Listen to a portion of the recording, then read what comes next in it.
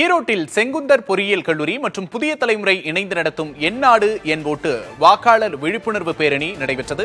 அதன் விவரங்களை செய்தியாளர் மணிகண்டனிடம் கேட்டு வரலாம். வணக்கம் மணிகண்டன், விழிப்புணர்வு பேரணியில மாணவர்கள் எந்த அளவுக்கு ஆர்வமா பங்கேற்றாங்க? கூடுதல் விவரத்தை பதிவு செய்யலாம். விக்னேஷ், வணக்கம்.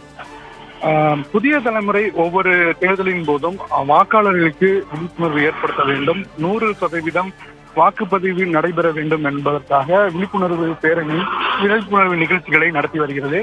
அந்த வகையில் இன்றைய தினம் ஈரோடு மாவட்டத்தில் 100 விழுக்காடு வாக்குப்பதிவு நடைபெற வேண்டி வாக்காளர் விழிப்புணர்வு பேரணி எந்நாடு என் ஓட்டு என்ற தலைப்பில் நடைபெற்றது. இந்த நிகழ்ச்சியை ஈரோடு மாவட்ட தேர்தல் அலுவலரும் மாவட்ட ஆட்சியருமான கந்தசாமி அவர்கள் கொடியசைத்து தொடங்கி வைத்தார். உடன் ஈரோடு கிழக்கு தொகுதி தேர்தல் நடத்தும் அலுவலர் அர்பித் ஜெயன் மற்றும் ஈரோடு மாநகராட்சி ஆணையாளர், தொடர்ந்து ஈரோடு செங்குந்தர் பொறியியல் கல்லூரியை சேர்ந்த தாளாளர் கமலமுருகன், ஈரோடு செங்குந்தர் பொறியியல் கல்லூரியின் முதல்வர் வெங்கடாச்சலம், ஈரோடு செங்குந்தர் பொறியியல் கல்வி நிலைய சார்பில் அவரது தலைவர் அண்ணாதுரை, ஈரோடு செங்குந்தர் கல்வி அறக்கட்டளையின் செயலாளர் தங்கராஜு உள்ளிட்டோர் கலந்து கொண்டு சிறப்புரை வழங்கினர். இந்த நிகழ்ச்சியில் சுமார் 2000 மாணவர்கள் கலந்து கொண்டனர்.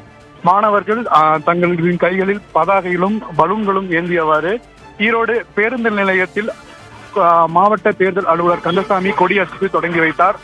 அங்கிருந்து மேட்டூர் சாலையில் ஊர்வலமாக சென்ற மாணவர்கள் அரசு மருத்துவமனை ரவுண்டானாவில் சென்று பின்னர் பெருந்துறை சாலை வழியாக அரசு மருத்துவமனை ரவுண்டானா மேம்பாலத்தில் பேரணியானது நிறைவு பெற்றது.